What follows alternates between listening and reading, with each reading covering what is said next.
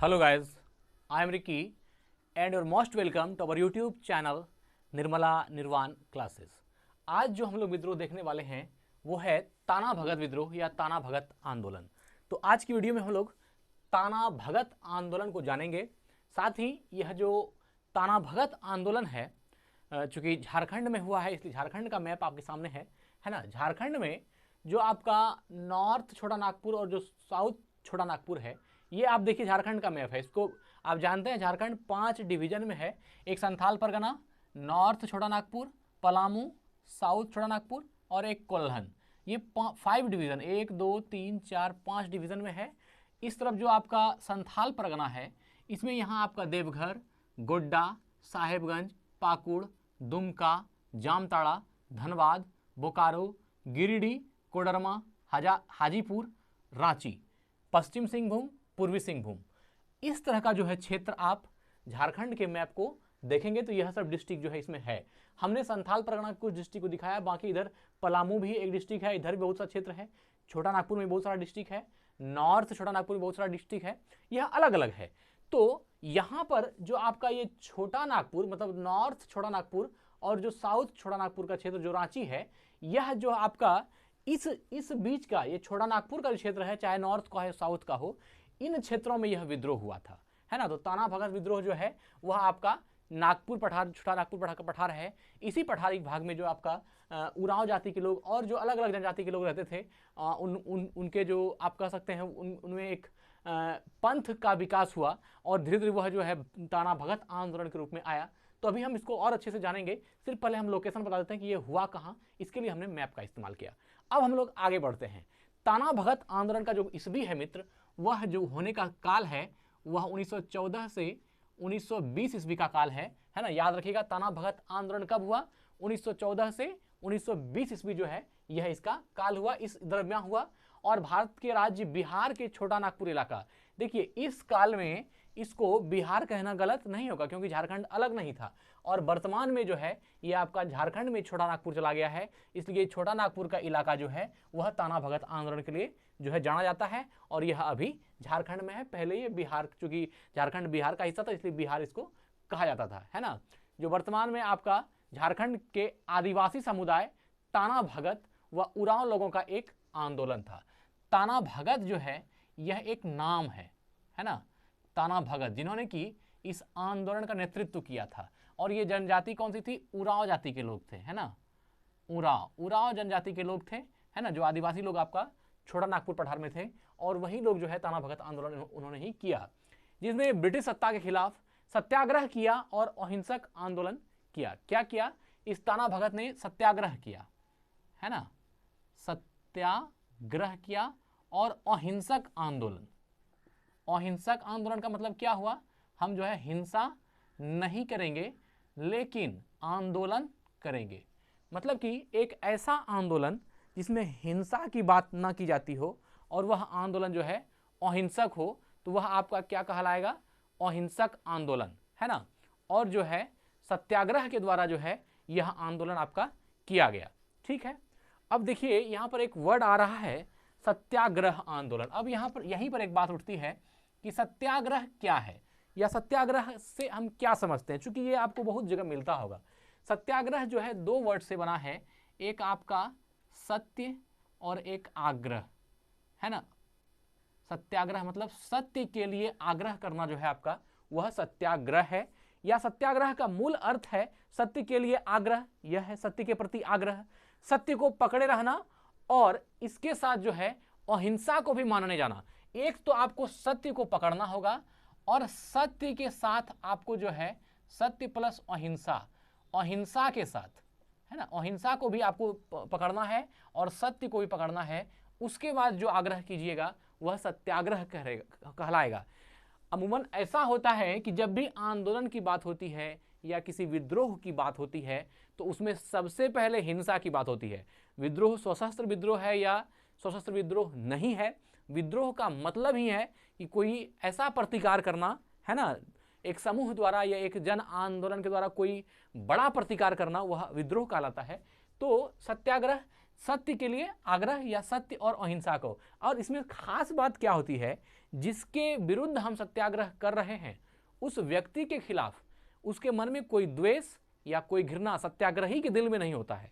अगर हमको आपके प्रति हमने सत्याग्रह आंदोलन शुरू किया है तो आपसे हमारे दिल में कोई नफरत नहीं है। आपकी भावनाओं के प्रति जो है आपका मतभेद होगा, मतांतर अलग अलग है ना, मत का भेद होगा, मत का अंतर होगा, लेकिन आपके प्रति पर्सनली हमारी कोई दुश्मनी या आपके प्रति कोई भी बैरभाव हमारा नहीं होगा। यह जो है आपका सत्याग्रह कहलाता है ना। या अन्याय का सर्वथा विरोध, और अन्याय के प्रति विरोध इसका जो है मुख्य वजह था। अन्याय अगर कहीं हो रहा है तो अन्याय के प्रति विरोध आपको करना ही चाहिए, और सत्याग्रह के साथ करना चाहिए, अहिंसा के साथ करना चाहिए। यह जो है आपका सत्याग्रह का मतलब होता है ना। तो विरोध करते हुए, मतलब अन्याय का सर्वथा विरोध करते हुए अन्याय के प्रति बैर भाव न रखना, है ना, अन्यायी के प्रति बैर भाव न रखना। और यह जो है सत्याग्रह का मूल लक्षण है। जिसके प्रति जो है बैर है, जिससे दिक्कत है, जिसके लिए हमने सत्याग्रह किया है, उसी के प्रति दिल में नफरत नहीं रखना है। उसके मत से, जो उसका सोच है, उससे हमको दिक्कत हो सकता है, लेकिन उस पर्सनली व्यक्तित्व से हमको कोई दिक्कत नहीं है। अन्यायी से बैर नहीं है। हमें सत्य का पालन करते हुए निर्भयता पूर्वक मृत्यु का वर्ण करना चाहिए, और मरते मरते भी जिसके विरुद्ध सत्याग्रह कर रहे हैं उनके प्रति बैर भाव या क्रोध का भाव कभी नहीं करना चाहिए। हम सत्याग्रह करते करते अपना जान दे सकते हैं, लेकिन उस व्यक्ति के प्रति जिसके विरुद्ध हमने सत्याग्रह किया है ना, उसके विरुद्ध हम उसके अगेंस्ट में जो है ना, हम उसको घृणा के दृष्टि से देख सकते हैं, ना उसके प्रति जो है कोई क्रोध भाव, ना कोई बैर भाव रख सकते हैं। ये सत्याग्रह है। तो यह जो है आप समझ सकते हैं, ताना भगत आंदोलन जो है यह एक सत्याग्रह विद्रोह था, है ना। सत्याग्रह, अब आप तो सत्याग्रह का मतलब समझ ही गए, हम बोल ही दिए और आपको पता भी होगा। तो यह जो है अन्याय के खिलाफ जो है विरुद्ध है, अन्याय के खिलाफ कोई बैर भावना या क्रोध इसमें नहीं होता, और यह एक अहिंसक आंदोलन है, इसमें हिंसा की बात नहीं की जाती, है ना। तो यह जो है आपका अहिंसक आंदोलन था। इस आंदोलन का नेतृत्व जतरा उरांव ने किया। किसने किया? जतरा उरांव। हमने कहा जतरा उरांव और ताना उरांव, यह भी जो है उरांव ही है।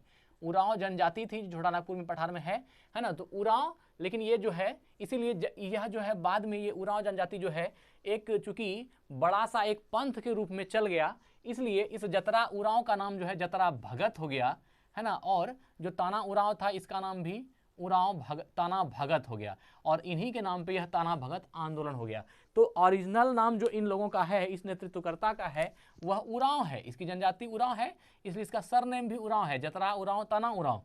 लेकिन जो है यह बाद में, चूंकि यह जो है एक अहिंसक रूप से जो है बढ़ते गया और लोग इसमें सम्मिलित होते चले गए, और धीरे धीरे यह एक जो है लंबी श्रृंखला 26,000 लाखों लोगों की जो है श्रृंखला बन गई, और वह जो है एक पंथ के रूप में यह इसमें जो है टाइटल भगत आ गया। इसलिए ये जतरा भगत हो गया और यह ताना भगत हो गया, इसलिए यह ताना भगत आंदोलन भी हो गया। यह बात अब आपको समझ में आ गई होगी। उरांव ने किया जो एक पंथ सा चल गया और लोग इन्हें ताना भगत कहने लगे। जतरा भगत व तुरिया भगत, यह सब जो है आपका उरांव जनजाति का लोग था जो इस ताना भगत आंदोलन का नेता बना, है ना। चलिए, ताना भगत लोगों ने ब्रिटिश सरकार का विरोध किया और टैक्स, है ना, देने से मना किया। ये मूल रूप से जो है टैक्स, कर जो कहते हैं, यह कर न देने के विरोध में ही था कि हम जो है टैक्स नहीं देंगे। टैक्स देने का विरोध किया, है ना, ब्रिटिश सरकार के विरुद्ध विद्रोह किया। और भारतीय आज़ादी के आंदोलन सभा में ये पहला सत्याग्रह जो सिविल, है ना, सिविल डिसओबीडियंस का नमूना था। यह पहला सत्याग्रह जो है कहा जाता है इसको, किसको? पहला सत्याग्रह किसको कहा जाता है? तो यह जो ताना भगत आंदोलन है, ये याद रखिएगा, ताना भगत आंदोलन को पहला सत्याग्रह जो है कहा जाता है, आज़ादी के पहले का, है ना। और इसको जो है सिविल डिसओबीडियंस भी कहा जाता है। सिविल डिसओबीडियंस या पहला सत्याग्रह जो है ताना भगत आंदोलन को कहा जाता है। यहां तक कि गांधी जी के सत्याग्रह से भी पहले ऐसा आंदोलन नहीं लोगों ने किया था। मतलब कि गांधी जी के आंदोलन के पहले भी जो है इस तरह का सत्याग्रह आंदोलन नहीं हुआ था, जिस तरह का सत्याग्रह आंदोलन जो है ताना भगत ने किया था, है ना। ये लोग जमींदार, बनिया, मिशनरी, मुसलमान और ब्रिटिश सरकार का विरोध किया। इन्होंने किसका? जमींदारों का, बनिया का, मिशनरी का, ब्रिटिश सरकार का और मुसलमानों का। इन तमाम लोगों का जो है इन्होंने विरोध किया, है ना। और 1920 से 21 में गांधी जी रांची आए, है ना। यह बात है 1920 से 21 की। जब गांधी जी कहाँ आए, रांची। चूंकि यह जो आंदोलन वह रांची में ही चल रहा था, जो आपका छोटा नागपुर है ना, ये रांची है आपका, यह जो रांची है, यहाँ रांची, हजारीबाग और कोडरमा, यह जो क्षेत्र था इसमें उरांव जनजाति के लोग रहते थे, आदिवासी लोग रहते थे, हमने बताया भी था। तो यहाँ रांची जो है गांधी जी कब आए, तो 1920 से 1921 के काल में गांधी जी रांची आए और ताना भगत से संपर्क किया और लोग गांधी जी के अनुयायी बनते गए। इस आंदोलन का प्रमुख कारण जो था वह लगान की ऊंची दर था। एक प्रमुख कारण इसका क्या था, लगान की ऊंची दर, मतलब ज़्यादा जो है ऊंचा दर जो है से लगान लेता था। इसके विरुद्ध लोगों का जो है भारी ये था कि भाई इतना ऊंचा लगान मत लीजिए या लगान हम नहीं दे पाएंगे। और दूसरा जो था चौकीदारी कर, यह भी जो है दो तरह का कर जो है इसमें लगा था और इसी दोनों के विरोध जो है यह विद्रोह हुआ था, चौकीदारी कर। एक तो हो गया आपका लगान की ऊंची दर और चौकीदारी कर, यह दोनों ही टैक्स जो है इस विद्रोह का कारण बना। किसका, ताना भगत आंदोलन का जो है ये कारण बना। जतरा या ताना दोनों ही आपका नाम, जतरा या ताना, कहीं कहीं पर जो है जतरा ताना एक ही है, कहीं जतरा या ताना लिखा होता है, कहीं कहीं देखिएगा जतरा भगत और ताना भगत अलग भी दिखाता है, लेकिन जतरा या ताना एक ही बात है, जतरा भगत या ताना भगत जो भी कहिए। जतरा या ताना भगत ने ब्रिटिश हुकूमत के खिलाफ किए गए अत्याचार के खिलाफ माल गुजारी टैक्स नहीं देने और बेगारी नहीं करेंगे। क्या बोला, माल गुजारी टैक्स नहीं देंगे और बेगारी भी नहीं करेंगे। माल गुजारी टैक्स जो है ना नहीं देंगे, और चौथा क्या बोला, और जो है बेगारी नहीं करेंगे। बेगारी में जो है उन लोगों को कमाया जाता था, इसलिए बेगारी नहीं करेंगे और माल गुजारी टैक्स नहीं देंगे। यह दोनों जो है इसका विरोध किया। इस किसने किया, तो ताना भगत ने किया। इस आंदोलन में लाखों लोग जुड़ने लगे और इसके बाद जो है साल 1914 में ब्रिटिश सरकार में, कब, 1914 में, साल जो है 1914 में लोग इस आंदोलन में जुड़ते गए और 1914 में जो है ना ब्रिटिश सरकार ने इससे जो है आप कह सकते हैं घबरा कर जतरा उरांव को गिरफ्तार कर लिया 1914 में, है ना। किसको, तो यह जो जतरा भगत या ताना भगत जो भी कहिए, इनको जो है ताना भगत को क्या किया, गिरफ्तार कर लिया। किसने, ब्रिटिश सरकार ने, क्योंकि यह लोगों को जागरूक भी करने लगा था और घबरा गया ब्रिटिश सरकार और इसको गिरफ्तार कर लिया। 1.5 साल की सजा हुई। ताना भगत को कितने साल की सजा हुई, तो 1.5 साल की जो है सजा सुना दी गई। किसको, ताना भगत को। और इसमें जो है 1.5 साल की सजा देने के बाद जो है ना, जेल से घुटने के बाद अचानक उनका देहांत हो गया। और 1.5 साल की सजा के बाद जो है जेल से जब वो घुर के आए तो क्या हो गया, यहीं पर इनका देहांत हो गया। किसका, तो यह जो ताना भगत था इनका देहांत हो गया। और चूंकि इन्होंने जो ताना भगत था इन्हीं के चलते ये आंदोलन था, क्योंकि नेतृत्व करता ताना भगत थे। और 1.5 साल जब जेल की सजा ब्रिटिश सरकार ने इसको दे दी तो सजा के बाद जब वापस आए घूर के वापस आने के बाद क्या हो गया, इनका देहांत हो गया। किसका, ताना भगत का जो है देहांत हो गया। ताना भगत आंदोलन अपनी अहिंसक नीति कारण महात्मा गांधी के स्वदेशी आंदोलन से जुड़ गया। किससे जुड़ गया, स्वदेशी आंदोलन जो गांधी जी का था, है ना, स्वदेशी आंदोलन, इसी से आके जो है यह आंदोलन जुड़ गया। स्वदेशी आंदोलन से जो ताना भगत आंदोलन था, जो एक अहिंसक आंदोलन था, यह गांधी से जुड़ गया। और देखिए आप जानते हैं गांधी जी हमेशा जो है अहिंसक आंदोलन ही करने पर बल देते थे, इसलिए जो है इस आंदोलन को गांधी जी का भी साथ मिला। और जो स्वदेशी आंदोलन था, है ना, अपनी अहिंसक नीति कारण महात्मा गांधी के स्वदेशी आंदोलन से यह ताना भगत आंदोलन जो है वह जुड़ गया। तो ताना भगत आंदोलन भी एक अहिंसक आंदोलन था और गांधी जी भी अहिंसक थे, उनका भी आंदोलन अहिंसक था। तो स्वदेशी आंदोलन भी अहिंसक था, इसलिए ताना भगत आंदोलन और स्वदेशी आंदोलन जो है दोनों जुड़ गया। इस समुदाय के लोगों ने गांधी जी को आदर्श बनाकर चरखा वाले तिरंगे को अपना प्रतीक ध्वज बनाया, है ना। इस समुदाय, किस समुदाय, ताना भगत आंदोलन के जो लोग थे, इन्होंने जो है चरखा, आप जानते हैं कि जो हमारा राष्ट्रध्वज है आज तिरंगा, इसके पहले जो है हमारा राष्ट्रध्वज में चरखा का निशान हुआ करता था और वही चरखा का जो ध्वज बना, उसी ध्वज को अपना प्रतीक बनाया। किसने बनाया, तो जो भगत, जो ये जो ये जो ताना भगत के जो अनुयायी थे, या ताना भगत एक पंथ बन गया था, भगत एक पंथ बन गया था और उस पंथ को मानने वाले जो लोग थे उन्होंने अपने जो उस पंथ का जो ध्वज रखा उसमें जो है चरखे का निशान और चरखे का प्रतीक जो है तिरंगे को अपना प्रतीक ध्वज बना लिया और गांधी जी को देव पुरुष की तरह जो है मानने लगे। और क्या हुआ, गांधी जी को देव पुरुष की तरह, वह चूंकि अहिंसक थे इसलिए उनको देव पुरुष की तरह मानने लगे। इनकी परंपरागत प्रार्थनाओं में गांधी जी का नाम आज तक जो है शामिल है। अभी भी जो गांधी जी का ये लोग जो अपना प्रार्थना करते हैं, है ना, इस भगत पंथ के लोग ये जो भगत पंथ के लोग, भगत पंथ क्यों कहते हैं? आंदोलन था तो पंथ कैसे हो गया?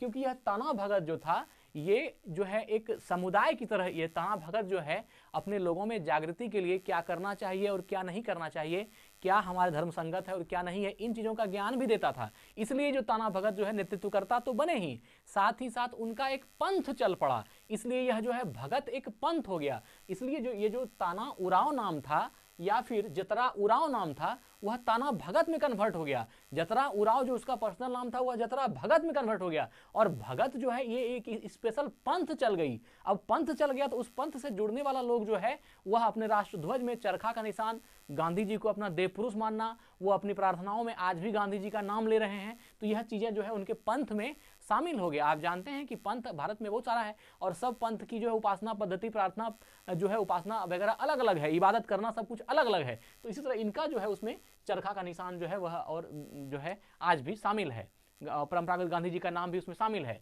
दस्तावेजों के अनुसार 1914 में ताना भगत पंथ के लगभग 26,000 अनुयायी थे। इन अनुयायियों की तादाद आज भी जो है इसी के आसपास है। जो इसका क्षेत्र है छोटा नागपुर वाला, इस क्षेत्र में, छोटा नागपुर क्षेत्र में आज भी जो है इनके अनुयायी हैं, है ना, आज भी हैं। इन अनुयायियों की तादाद आज भी इसी के आसपास है। इस पंथ के लोग झारखंड के कई इलाके, खासकर लोहरदग्गा, गुमला, यह सब जो डिस्ट्रिक्ट है झारखंड का अलग अलग उन क्षेत्रों में है। लोहरदग्गा में है, गुमला में है, खूंटी में है, रांची में है और चतरा, लोहेतर, सिमडेगा, है ना, रांची में भी है चतरा, लोहेतर, सिमडेगा। यह जो छोटा नागपुर का क्षेत्र है इसी का अलग अलग डिस्ट्रिक्ट जो झारखंड का है, और इसमें जो है वो आज भी वहाँ पर हैं और इस पंथ को मानते हैं, है ना।